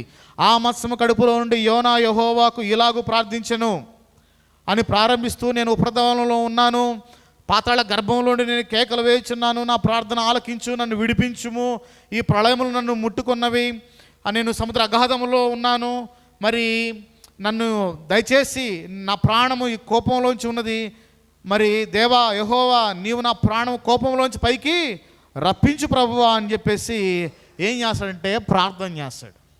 కాబట్టి మొదటి 2 అధ్యాయాలలో యోనా యొక్క భౌతికమైన రక్షణ గురించి మాట్లాడుతూ ఉంది. యోనా యొక్క భౌతికమైనటువంటి రక్షణ గురించి మాట్లాడుతూ ఉంది. మిగతా 2 అధ్యాయాలు 3, 4, 2 అధ్యాయాలలో యోనా వెళ్ళడము, నినివే పట్టణ ప్రజలకు సువార్త ప్రకటించడము, నినివే పట్టణ ప్రజలు పశ్చాత్తాపం పొంది మారు మనసు పొంది పశ్చాత్తాపడతారు. అలా పశ్చాత్తాపడినప్పుడు దేవుడు వారి మీద ఉగ్రత కురిపించకుండా దేవుడు వారిని రక్షిస్తాడు. కాబట్టి ఆత్మీయంగా నినివే పట్టణ ప్రజలను దేవుడు రక్షిస్తూ ఉన్నాడు. కాబట్టి కొండ గుర్తు ఏంటి అంటే, బలమైన గుర్తు ఏంటంటే, ఈ 4 అధ్యాయాలు 2 అధ్యాయాలము యోనాను దేవుడు భౌతికంగా రక్షించాడు. మిగతా 2 అధ్యాయాలలో నినివే పట్టణ ప్రజలను దేవుడు ఆత్మీయంగా రక్షించాడు అనే విషయాన్ని మనము అర్థము చేసుకోవాలి. Spiritual spiritual salvation and physical salvation అనే విషయాన్ని మనం అర్థము చేసుకో. రెండిట్లో కూడా యెహోవా వద్ద రక్షణ దొరుకుతుంది. ఈయన్ని యెహోవా రక్షించాడు, వీరిని కూడా యెహోవా రక్షించాడు అనే విషయాన్ని అర్థం చేసుకోవాలి. యోనా కూడా రిపెంట్ అవుతాడు, మరి నినివే పట్టణ ప్రజలు కూడా రిపెంట్ అవుతారు. యోనాని మరణం నుంచి రక్షిస్తే నినివే పట్టణ ప్రజలను దేవుని యొక్క ఉగ్రత నుంచి, మరి రాబోయేటువంటి భయంకర ఉగ్రత నుంచి దేవుడు రక్షించి వారికి గొప్ప మారు మనసు కలగజేస్తాడనే విషయాన్ని మనము అర్థము చేసుకోవచ్చు. మరి ఎందుకు ఈ గ్రంథాన్ని మనం చదవాలి? యోనా గ్రంథాన్ని ఎందుకు చదవాలి? ఈ గ్రంథంలో ఏముంది? మరి నేను నూతన నిబంధన క్రైస్తవుని కదా, మరి యోనా గ్రంథం చదవడం వల్ల మరి ఏం జరుగుతుంది, ఏముంటుంది యోనా గ్రంథంలో ఏముంటుంది అనే ప్రశ్న మనం వేసుకున్నప్పుడు, నూతన నిబంధనలో ఉన్నటువంటి క్రైస్తవులైనా ఎవరైనా కానీ యోనా గ్రంథాన్ని తప్పక చదవాల్సిందనే విషయాన్ని మనం అర్థం చేసుకోవాలి. యోనా గ్రంథంలో ఉన్న ప్రాముఖ్యమైన విషయాలు అర్థం చేసుకోవాల్సిందనే విషయాన్ని నేను తెలియజేస్తా ఉన్నాను. మరి యోనా గ్రంథాన్ని తెలుసుకునేటప్పుడు యోనా గ్రంథంలో ఉన్న ప్రాముఖ్య విషయాలు ఏంటో మనం తెలుసుకోవడానికి ముందు, యోనా గ్రంథాన్ని చదవడానికి ఎందుకు మనం ప్రేరేపింపబడాలి అంటే, యోనా గ్రంథాన్ని దేవుడు రాశాడు, పరిశుద్ధాత్మ దేవుడు యోనా గ్రంథాన్ని రాయించాడు అనే విషయం మనం అర్థం చేసుకోవాలి. జరిగినటువంటి సంఘటనను పరిశుద్ధాత్మ దేవుడు మనము అర్థం చేసుకోవడానికి, ఆచరించడానికి, విధేయత చూపించడానికి ఈ గ్రంథాన్ని చదవడానికి దేవుడు మనకి పెట్టాడు, ఉంచాడు అనే విషయం మనం అర్థం. కాబట్టి యోనా గ్రంథము దేవుని యొక్క వాక్యం కాబట్టి, దేవుని యొక్క వాక్యం చదవడం మన బాధ్యత కాబట్టి, ఈ గ్రంథాన్ని చదివేటువంటి వారుగా మనం ఉండేటువంటి వారుగా మనము ఉండాలి. ఈ గ్రంథాన్ని మనము చదవాలి అనే విషయాన్ని మనం అర్థం చేస్తాం. దేవుని యొక్క వాక్యం కాబట్టి చదవాలి, విధేయత చూపించాలి, అర్థం చేసుకోవాలనే విషయాన్ని మొట్టమొదటిగా తెలియజేస్తూ ఉన్నాను. మరి యోనా గ్రంథంలో ఉన్నటువంటి ప్రాముఖ్యమైన విషయాలు ఏంటి అనేటువంటి ప్రశ్న మనం వేసుకున్నప్పుడు, యోనా గ్రంథంలో మొట్టమొదటి ప్రాముఖ్యమైన విషయం ఏంటంటే దేవుని యొక్క ప్రత్యక్షత. దేవుడు ఉన్నాడు అంటే దేవుడు ఎవరు అనేటువంటి ప్రశ్నకి యోనా గ్రంథం సమాధానం ఇస్తూ ఉంటుంది. మరి అన్యులు ప్రశ్నిస్తూ ఉంటారు, ఎవరు, నువ్వెవరవు, నీ దేవుడు ఎవరు అనేటువంటి ప్రశ్న వేస్తూ ఉంటారు. మరి ఆ ప్రశ్న వేసినటువంటి అందరికీ కూడా దేవుడు ఎవరో యోనా గ్రంథాన్ని తెలియజేస్తూ ఉంది. యోనా సమాధానం ఇస్తూ ఉంటాడు. నినివే పట్టణ ప్రజలు కూడా ప్రశ్నిస్తారు, ఎవరు దేవుడు, ఎవరు మా మీదకి ఉగ్రత తీసుకురాబోతున్నారు, ఎవరు మమ్మల్ని శిక్షించబోతా ఉన్నారు, ఆ దేవుడు ఎవరు అనే ప్రశ్న వాళ్ళ హృదయాల్లోకి వచ్చినప్పుడు కూడా యోనా మరి దేవుడు ఎవరు అక్కడ తెలియజేస్తున్నట్లుగా కూడా మనకి కనిపిస్తూ ఉంటుంది. కాబట్టి యోనా గ్రంథం చదవడం ద్వారా ఒక ప్రశ్నకు సమాధానం చెప్పగలము. ఏంటి ఆ ప్రశ్న అంటే మీ దేవుడు ఎవరు అనే ప్రశ్న ఎవరైనా అడిగినప్పుడు యోనా గ్రంథం ద్వారా సమాధానం చెప్పవచ్చు. యోనా గ్రంథం చదవడం ద్వారా మన దేవుడు ఎవరో మనం అర్థం చేసుకోవచ్చు అనే విషయాన్ని కూడా మనము అర్థం చేసుకోవచ్చు. మరి యోనా గ్రంథాన్ని చదువుతున్నప్పుడు మరి యోనాను అడుగుతూ ఉన్నారు. చూడండి ఏ వచనంలో అడుగుతూ ఉన్నారో చూడండి. 6వ వచనం చూస్తే, అప్పుడు ఓడ నాయకుడు అతని వద్దకు వచ్చి, ఓయి నిద్రపోతా, నీకేమొచ్చినది, లేచి నీ దేవుని ప్రార్థింపము, మనము చావకుండా ఆ దేవుడు మన యందు కనికరించునేమో అనడం. తర్వాత 8వ వచనం, కాబట్టి వారు అతను చూచి, ఎవరిని బట్టి ఈ కీడు మాకు సంభవించినో, నీ వ్యాపారం ఏంటో, నువ్వు ఎక్కడి నుండి వచ్చితవో, నీ దేశమేదో, నీ జనమేదో, ఈ సంగతి అంతయు మాకు తెలియజేయమనగా అతడు వారితో ఇట్లను, నేను హెబ్రీయుడను, సముద్రమునకు భూమికిని సృష్టికర్త అయిన ఆకాశమందుండు దేవుడై ఉన్న యెహోవాయందు నేను భయభక్తుల గలవాడనై ఉన్నాను అని చెప్పేసి చెప్తాడు. నీ దేవుడు ఎవరు అన్నప్పుడు, నువ్వెవరవి, నీ దేవుడు ఎవరు అని ప్రశ్న వేసినప్పుడు, ఇప్పుడు నా దేవుడు ఎవరు అంటే ఇప్పుడు సమాధానం చెప్తా ఉన్నాడు. మొట్టమొదటిగా ఆయన ఎవరో సమాధానం చెప్తా ఉన్నాడు. ఇప్పుడే సమాధానం చెప్తున్నాడంటే నా దేవుడు ఎవరు అంటే అని సమాధానం చెప్తూ ఏమంటున్నాడు అంటే, నా దేవుడు సముద్రమునకును భూమికిని సృష్టికర్త అయి ఆకాశమందుండు దేవుడై ఉన్నాడు అని చెప్పేసి, ఆకాశమందు ఉండు దేవుడైన యెహోవా అని చెప్పేసి ఇక్కడ తెలియజేస్తూ ఉన్నాడు. కాబట్టి ఈ మాటను మనం చూసినప్పుడు మన దేవుడు ఎవరో ఇక్కడ అర్థమవుతా ఉంది. మన దేవుడు ఎవరంట, భూమిని ఆకాశమును సృజించినటువంటి దేవుడైన సృష్టికర్త అనే విషయాన్ని మనం అర్థం చేసుకోవచ్చు. ఈ గ్రంథం చదవడం ద్వారా గాడ్ ఆఫ్ హెవెన్, పరలోకమందు తండ్రి, పరలోకపు తండ్రి అనే విషయం మనం అర్థం చేసుకోవచ్చు. మన దేవుడు అంటే భూమి ఆకాశము, భూమి అందున్నవన్నీ సృజించినటువంటి దేవుడు, ఆకాశం అందున్నవన్నీ కూడా సృజించినటువంటి దేవుడు, మరి భూమికి ఆకాశం మధ్య ప్రతి దాన్ని కూడా సృజించినటువంటి దేవుడు, నిన్ను నన్ను ఆకాశ పక్షులను, సముద్రములను, పర్వతములను, వృక్షములను, చెట్లను, అన్నిటిని సమస్తమును సృజించినటువంటి దేవుడు అనే విషయాన్ని మనం అర్థం చేసుకోవాలి. కాబట్టి ఈ గ్రంథం చదవడం ద్వారా ఏం అర్థం చేసుకుంటామంటే మన దేవుడు సృష్టికర్త అయినటువంటి దేవుడు, భూమి ఆకాశమును సృజించినటువంటి దేవుడు, ఆకాశమందు ఉన్నటువంటి యెహోవా అనే విషయాన్ని మనం అర్థము చేసుకోవచ్చు. ఆయన సార్వభౌముడు అనే విషయాన్ని మనము అర్థం చేసుకోవచ్చు అనే విషయాన్ని నేను తెలియజేస్తా ఉన్నాను. ఇంకా ఈ గ్రంథం ఏం తెలియజేస్తూ ఉందంటే దేవుని గురించి ఏం తెలియజేస్తూ ఉందంటే 2వ అధ్యాయము 9వ వచనం చూస్తే, 2వ అధ్యాయము 9వ వచనం చూస్తే చివరి భాగంకి వచ్చి యెహోవా వద్దనే రక్షణ దొరుకును అనేటువంటి విషయాన్ని ఇక్కడ మనం చూస్తూ ఉంటాం. అంటే ఒక వ్యక్తి యొక్క రక్షణ ఎక్కడ దొరుకుతుంది అంటే యెహోవా వద్ద మాత్రమే ఒక వ్యక్తికి రక్షణ దొరుకుతుంది. కాబట్టి మన దేవుడు ఎవరు అంటే యోనాకు అర్థమవుతా ఉంది, నేను ఆరాధించేటువంటి దేవుడు రక్షకుడు అనే విషయం అర్థమవుతా ఉంది, నన్ను పిలిచినటువంటి దేవుడు రక్షకుడు అనే విషయం అర్థమవుతా ఉంది, నేను రక్షకుడైన దేవుణ్ణి ఆరాధించేటువంటి జనాంగమైనటువంటి హెబ్రీయుడును అనే విషయం అర్థమవుతా ఉంది.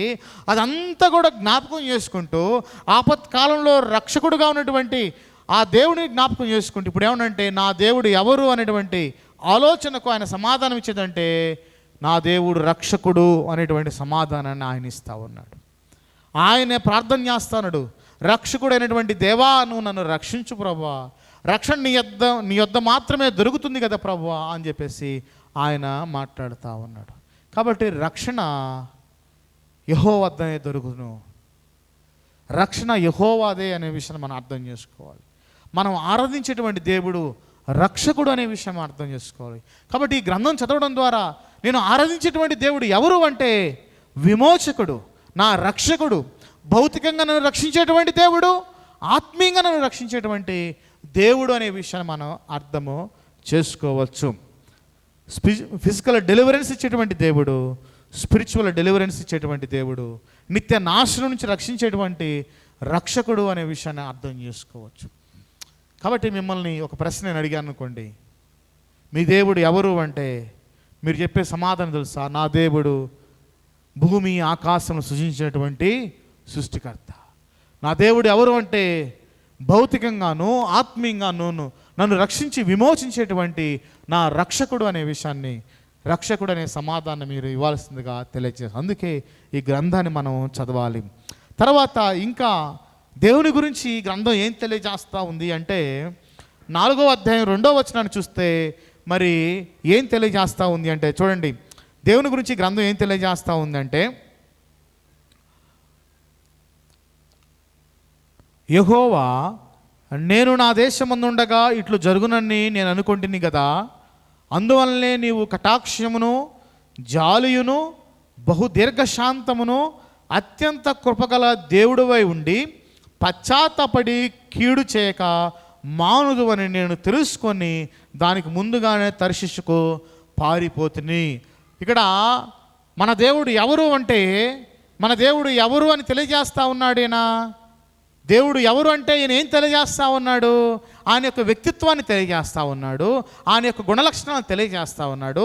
నా దేవుడు ఎవరు అంటే కటాక్షము చూపించేటువంటి దేవుడు. ప్రభువా నీ గురించి నాకు తెలుసు, నువ్వు కటాక్షించేటువంటి దేవుడవు, జాలి చూపించేటువంటి దేవుడు, దీర్ఘశాంతము కలిగినటువంటి దేవుడవు, అత్యంత కృప కలిగినటువంటి దేవుడవు అనే విషయాన్ని ఇక్కడ తెలియజేస్తావు. ఇంకంటే నువ్వు జాలి పడేటువంటి దేవుడవు, ఎవరైనా పశ్చాత్తాపడితే వారి పట్ల నువ్వు జాలి చూపించేటువంటి దేవుడవు, కీడు చేయక మేలు చేసేటువంటి దేవుడవు అని చెప్పేసి తెలియజేస్తా ఉన్నాడు.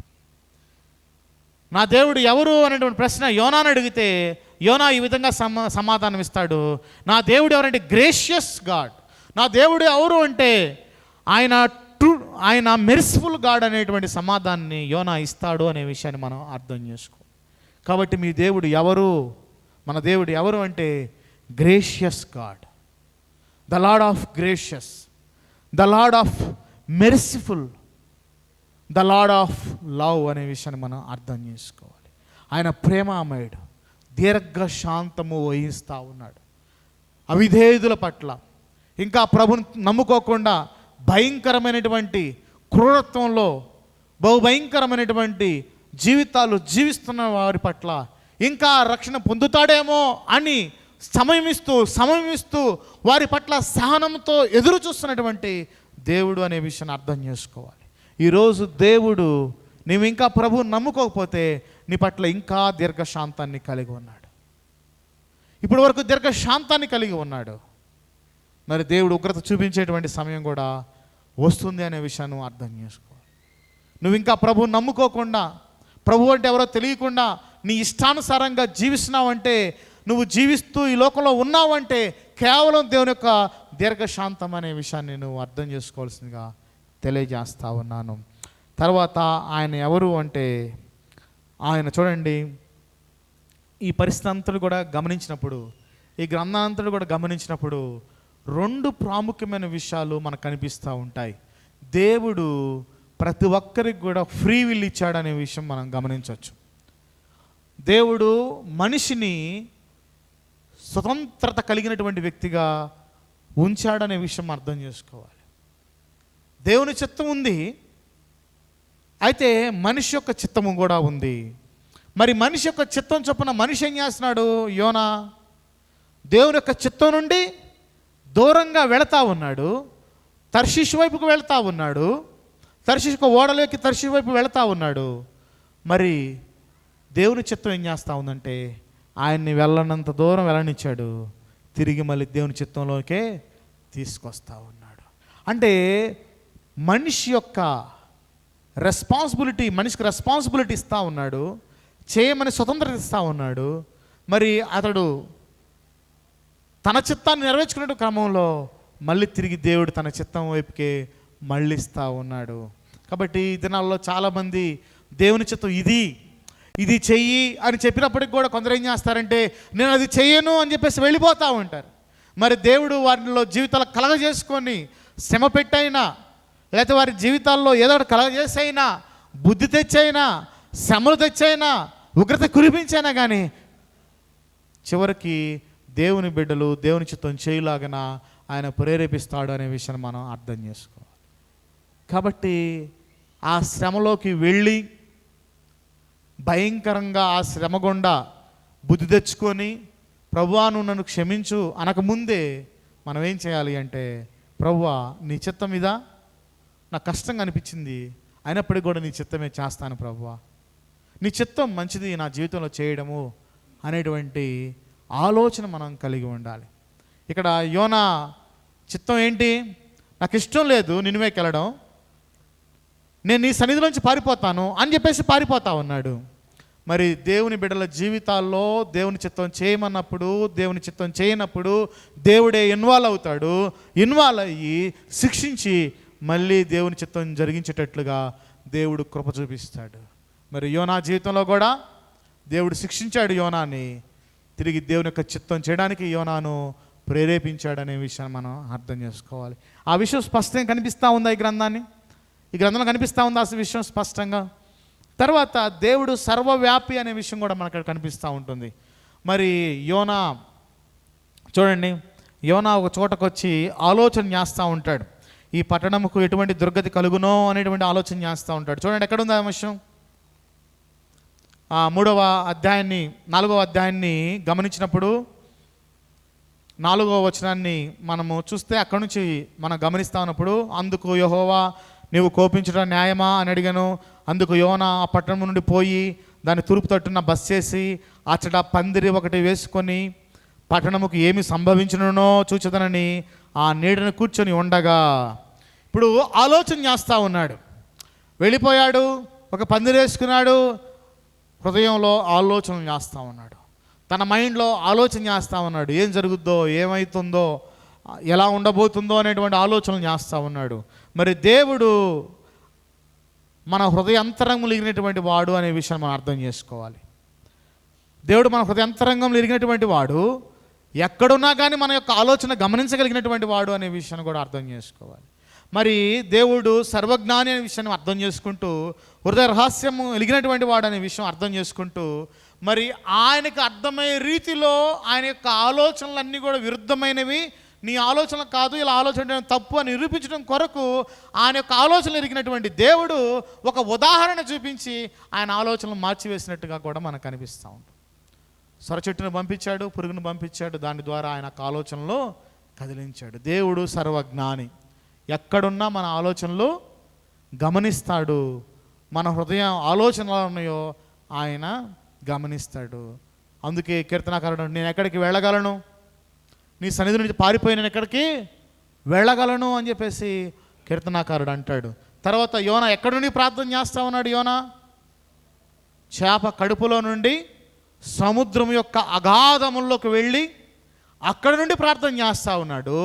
దేవుడు సర్వవ్యాపి, ఆకాశమందు ఉంటాడు, భూమి అందు ఉంటాడు, సముద్రం అడుగున కూడా ఆయన ఉంటాడు. దేవుని సన్నిధి నుంచి నువ్వు ఎక్కడికి తప్పించుకోగలవా? మనం ఎక్కడికి తప్పించుకొని వెళ్ళగలము? ఆయన సర్వవ్యాపి అనే విషయాన్ని మనం అర్థం చేసుకోవాలి. సర్వజ్ఞాని, సర్వవ్యాపి అనే విషయం మనం అర్థం చేసుకోవాలి. ఆయన నువ్వెక్కడి నుండి ప్రార్థన చేసినా, ఏ స్థితిలో నుండి నువ్వు ప్రార్థన చేసినా, ఎంత భయంకరమైన పరిస్థితిలో ఉండి కూడా నువ్వు ప్రార్థన చేసినా దేవుడు నీ ప్రార్థన ఆలకిస్తాడు. కాబట్టి ప్రార్థన చేయడానికి నాకు ప్లేస్ లేదండి, ప్రార్థన చేయడానికి నాకు సరైన గది లేదండి, ప్రార్థన చేయడానికి నాకు టైం లేదండి, అది కాదు కారణాలు.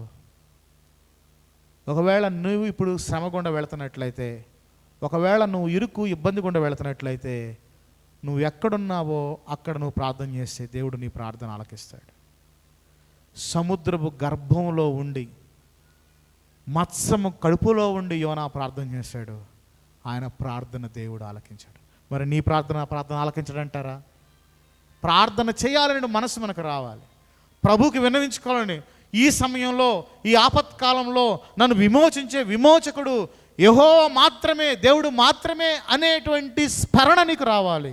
ఆ స్మరణ నీకు వచ్చినప్పుడు, ఆయన దగ్గరికి వెళ్ళినప్పుడు ఆయన సహాయం చేయడానికి సిద్ధంగా ఉంటాడనే విషయాన్ని అర్థం చేసుకోవాలి. చాలామంది వారి యొక్క జ్ఞానాన్ని ఉపయోగిస్తూ ఉంటారు. సమస్యలో ఉన్నప్పుడు దేవుని వైపు చూడకుండా రాజుల వైపుకి, అధికారుల వైపుకి, ప్రజల వైపుకి చూస్తూ ఉంటారు. యోనా సముద్ర అగాధంలో ఉండి దేవుని వైపు చూస్తూ ఉన్నాడు. చూడండి ఆయన ప్రార్థన ఎలా ఉందో ఒకసారి చూద్దాం. కేవలం ఆయన యొక్క ప్రార్థనే చూద్దాం. 2వ అధ్యాయము 6వ వచనం చివరిలో ఉంటుంది. దేవా యెహోవా, నీవు నా ప్రాణమును కోపంలోండి పైకి రప్పించి ఉన్నావు.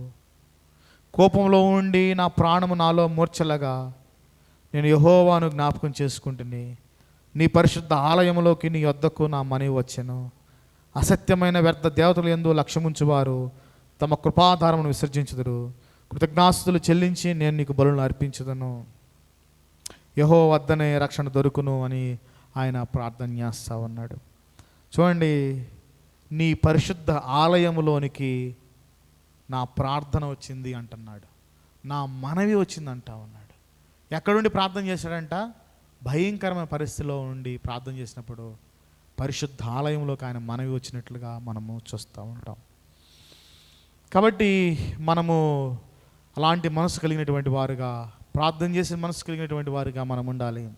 తర్వాత యోనా యొక్క మనస్తత్వాన్ని గమనించినప్పుడు సగటు ఇజ్రాయేలు యొక్క మనస్తత్వం మనకు కనిపిస్తూ ఉంటుంది. అంటే యోనా యొక్క మనస్తత్వాన్ని అర్థం చేసుకుంటే ఇజ్రాయేలు యొక్క మనస్తత్వం ఎలా ఉంటుందో అలానే యోనా యొక్క మనస్తత్వం కూడా ఉంది అనే విషయాన్ని కూడా మనం అర్థము చేసుకోవచ్చు. దీంట్లో ప్రాముఖ్యమైన విషయం ఏంటంటే, మరి ఇజ్రాయేలు ఈ విధంగా అర్థం చేసుకుంటూ ఉంటారు, ఏ విధమైన మనస్తత్వాన్ని కలిగి ఉంటారు.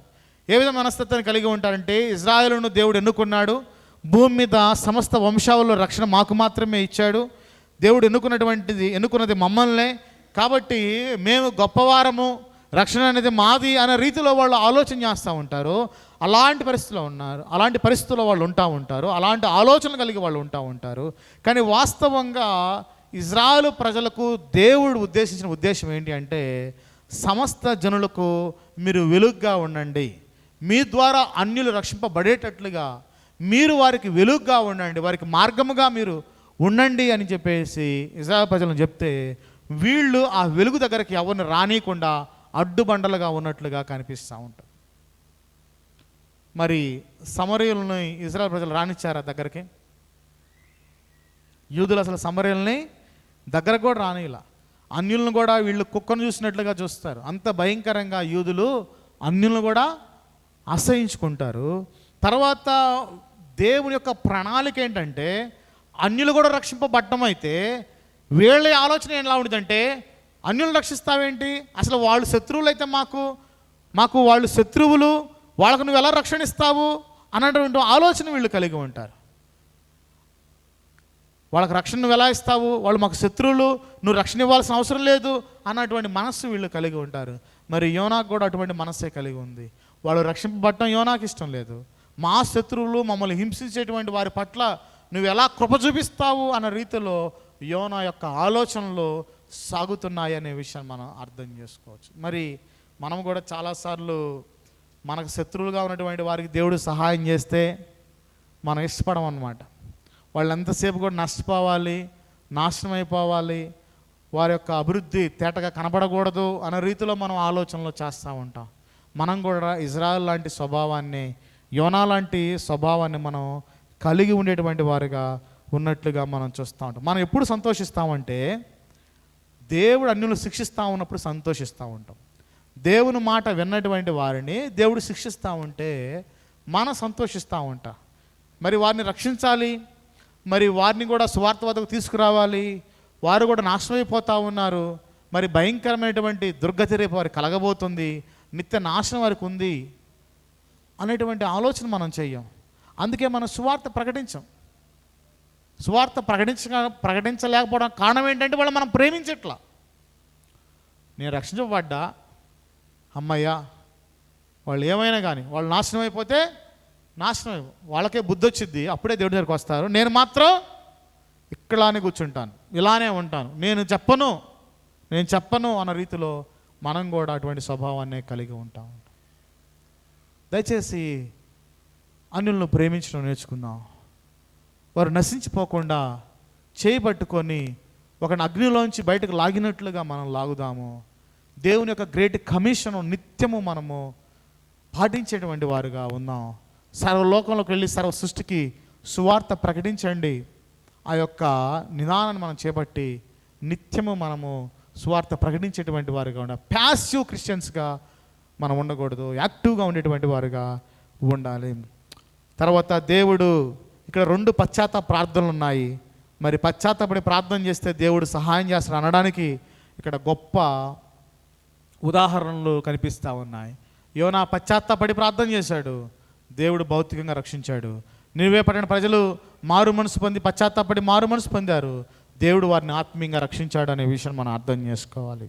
తర్వాత దేవుడు మనుషుల యొక్క ప్రీచింగ్ని వాడుకుంటాడనే విషయాన్ని మనం అర్థం చేసుకోవాలి. యోనాని దేవుడు నినివే పట్టణ ప్రజలను రక్షించడానికి యోనాను దేవుడు వాడుకున్నాడు. మరి ఈ గ్రంథం చదవడం ద్వారా నన్ను కూడా ఇతరులను రక్షించడానికి దేవుడు స్వార్థ ప్రకటించడానికి వాడుకుంటాడనే విషయాన్ని మనం అర్థం చేసుకోవాలి. కాబట్టి ఎప్పుడు కూడా దేవునికి అందుబాటులో ఉండేటువంటి వారుగా మనం ఉండాలి. స్వార్థ ప్రభు నిన్ను పిలుస్తూ ఉన్నాడు, స్వార్థ ప్రకటించమని నీకు ఆజ్ఞగా ఇచ్చాడు, నిన్ను ఒక ప్రీచర్గా దేవుడు ఉంచాడు. ప్రీచర్గా ఉంచినప్పుడు పులిపీఠ మించే కాదు, నువ్వెక్కడున్నా కానీ స్వార్థం ప్రకటించేటువంటి వారుగా ఉండాలి. దేవుడు నన్ను వాడుకుంటాడు అనే విషయం అర్థం చేసుకోవాలి. అల్టిమేట్గా రక్షణ అంతా కూడా దేవుడు ఇచ్చేటువంటి విషయాన్ని అర్థం చేసుకోవచ్చు ఈ గ్రంథం ద్వారా. తర్వాత ఈ గ్రంథంలో లాస్ట్ ఏంటంటే, దేవుని యొక్క అద్భుతాలను మనం నమ్మాలి. దేవుడు అద్భుతాలు చేస్తాడనే విషయాన్ని మనం నమ్మాలి. దేవుడు అద్భుతం చేయగలడు అనే విషయాన్ని కూడా మనం నమ్మాలి.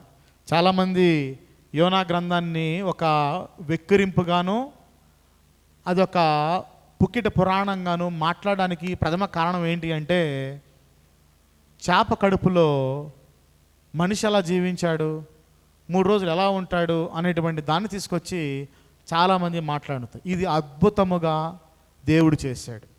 అద్భుతాన్ని అద్భుతంగానే మనం చూడాలి. నీరు ద్రాక్షారసంగా దేవుడు మార్చాడు. దేవుని యొక్క దైవత్వము, దేవుని యొక్క మానవత్వం రెండు ఒకేసారి కలిసి ఉన్నాయి. ఒక ఫినైట్ బీయింగు, ఇన్ఫైట్ బీయింగు, ఒకే ద్వంద్వ స్వభావాలు ఒకనిలోనే ఉన్నాయి. ఇవన్నీ అద్భుతాలు, ఇవన్నీ కూడా ఆశ్చర్యకార్యాలు. గురుడివారికి ఆయన కనులు ఇచ్చాడు, మూగవారికి ఆయన ఇచ్చాడు, అద్భుతములు చేశాడు. ఇవన్నీ కూడా అద్భుతాలు. మన దేవుడు అద్భుతాలు చేయగలడు అనే విషయాన్ని మనము అర్థము చేసుకోవాలి. ఒక పాస్టర్ దగ్గరికి వచ్చి ఒక ఆయన ఏమన్నాడు అంటే, ఒక చేప కడుపులో ఒక మనిషి 3 రోజులు ఉన్నాడు, ఇది అంతా కూడా కల్పితమైన గాదే అని చెప్పేసి వాదిస్తూ ఉన్నాడు. ఈయనేమన్నాడంటే, పాస్టర్ గారు, బైబిల్లో రాయబడింది కాబట్టి నేను నమ్ముతున్నాను. ఎందుకంటే బైబిలు దేవుని యొక్క వాక్యము, పరిశుద్ధాత్మ దేవుడు దాన్ని రాయించాడు కాబట్టి అది సత్యము అనే విషయాన్ని నేను నమ్ముతున్నాను. దేవుడు అద్భుతం చేయగలడు అని నమ్ముతున్నాను. అయితే దేవుడు ఒకవేళ ఈ విధంగా రాయించినా నేను నమ్ముతాను. ఏ విధంగా రాయించినా, మనిషి కడుపులో 3 దినాలు ఆ యొక్క మత్స్యము ఉన్నా కానీ, అంటే తిమింగళము మనిషి కడుపులో 3 దినాలు ఉన్నా కానీ నేను నమ్ముతాను, అది బైబిల్లో రాయబడితే అని చెప్పేసి ఆ యొక్క పాస్టర్ గారు అన్నారు. ఒకసారి కానీ షాక్ గురయ్యి వెళ్ళిపోయాడు. కాబట్టి బైబిల్లో ఉంది, మనం నమ్మాలి. చాలామంది బైబిల్లో కొన్ని నమ్మాల్సిన పని లేదు అని చెప్పేసి మాట్లాడుతూ ఉంటారు. బైబిల్లో ఉంది, అది మనం నమ్మాలి. అప్పుడప్పుడు అలాంటి సంఘటనలు కూడా జరుగుతాయి కూడా అనే విషయాన్ని కూడా మనం అర్థం చేసుకోవాలి. కాబట్టి ఈ గ్రంథాన్ని అంతటిని చదవడం ద్వారా మరి దేవుని యొక్క వ్యక్తిత్వం అర్థం చేసుకోవచ్చు, మరి దేవుడు ఏ విధంగా విడిపించగలడో అర్థం చేసుకోవచ్చు, మరి సువార్త ప్రకటించడానికి దేవుడు మనల్ని ఎలా వాడుకుంటాడో మనం అర్థం చేసుకోవచ్చు. రక్షణ క్రియల వల్ల కాదు, రక్షణ అనేది దేవుని కృప వల్లనే అనే విషయాన్ని మనం అర్థం చేసుకోవచ్చు. దేవుడు అద్భుతములు చేయగలడు అనే విషయాన్ని మనం అర్థం చేసుకోవచ్చు. మరి ఇంకా ఈ గ్రంథంలో గొప్ప విషయాలు మనం ధ్యానించబోతా ఉన్నాం. మరి ఈ అవుట్లైన్ అంతా ఇప్పుడు మనం విన్నాం. మరోసారి బ్రీఫ్గా నేను అవుట్లైన్ ఇస్తూ ఉన్నాను. పట్టణాల యొక్క ప్రాముఖ్యతను తెలియజేశాను, వ్యక్తుల యొక్క ప్రాముఖ్యతను తెలియజేశాను, ఆ జియోగ్రఫీ, ఆ యొక్క ఓవర్ వ్యూ అంతా కూడా నేను తెలియజేస్తాను. ఈ గ్రంథాన్ని మీరు ధ్యానం చేయండి. రాబోయే రోజుల్లో గొప్పగా దీన్ని అర్థం చేసుకుందాం. దేవుడి మాటలు మనకిలో దీవించునుగాక. ఆమేన్. ప్రార్థన చేసుకుందాం. మహోన్నతుడా, మహిమ కలిగినటువంటి దేవా, మీకు వందనాలు తండ్రి, స్తోత్రాలు తండ్రి. ప్రభా, యోనా గ్రంథం చదవడం ద్వారా ప్రభా మిమ్మల్ని గొప్పగా అర్థం చేసుకోవడానికి సహాయాన్ని దయచేయండి. యోనా గ్రంథాన్ని చదవడం ద్వారా మా అవిధేయత ఎంత భయంకరమైందో అర్థం చేసుకోవడానికి సహాయాన్ని దయచేయండి. ప్రభా, యోనా గ్రంథం చదవడం ద్వారా సమస్తము మీ చిత్తమే జరుగుతుంది అనేటువంటి విషయాన్ని మేము అర్థం చేసుకోవడానికి సహాయాన్ని దయచేయండి. యోనా గ్రంథం చదవడం ద్వారా ప్రభా రక్షణ మీ దగ్గర మాత్రమే దొరుకుతుందనే విషయాన్ని మేము అర్థం చేసుకోవడానికి సహాయాన్ని దయచేయండి. ప్రభా, నువ్వు సర్వజ్ఞానివని, ప్రభా సర్వవ్యాపివని, సృష్టికర్తవనే విషయాన్ని జ్ఞాపకం చేసుకుంటూ ప్రభా ముందున్న రోజుల్లో ఇంకా యోనా గ్రంథం యొక్క లోతుల్లోకి వెళ్ళి ధ్యానించడానికి మీకు కృప చూపిస్తారని నమ్ముచు నాడు యేసుక్రీస్తు నామములో అడిగి వేడుకుంటున్నాము తండ్రి. ఆమేన్.